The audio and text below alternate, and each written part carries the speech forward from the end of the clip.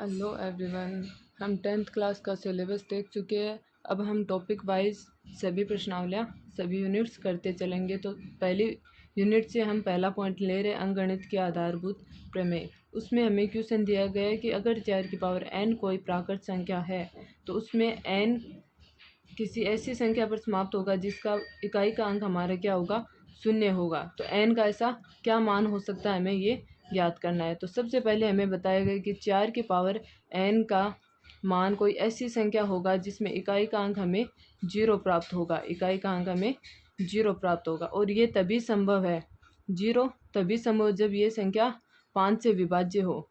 5 से विभाज्यता का नियम है हमारा, 5 से विभाज्यता का नियम हमारा है कि जो संख्या 0 या 5 पर समाप्त होती है वो संख्या हमारी 5 से विभाज्य होगी।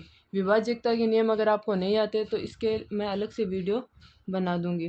विभाज्यता का नियम 5 के लिए है कि 0 और 5 पर अगर कोई संख्या समाप्त हो रही है तो वो 5 से विभाज्य होगी। इसका मतलब ये 4 की पावर n हमारी क्या होगी, 5 से विभाज्य। और 4 को हम लिख सकते हैं 2 गुणा 2 की पावर n, क्योंकि इसमें अभाज्य संख्या इसका गुणनखंड सिर्फ 2 है, इसलिए ये इस संख्या में सिर्फ अभाज्य संख्या 2 ही आ सकती है। इसके अलावा कोई भी अभाज्य संख्या नहीं आ सकती, इसलिए 5 इसमें अभाज्य संख्या नहीं आ सकती। इसलिए हम कह सकते हैं कि n का ऐसा कोई भी मान संभव नहीं है। n के लिए ऐसा कोई मान संभव नहीं है जिसमें इकाई का अंक हमें 0 प्राप्त हो।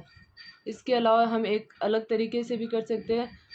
इसके अलावा हमारे पास दूसरा तरीका है कि अगर हम n के बराबर मान रखें,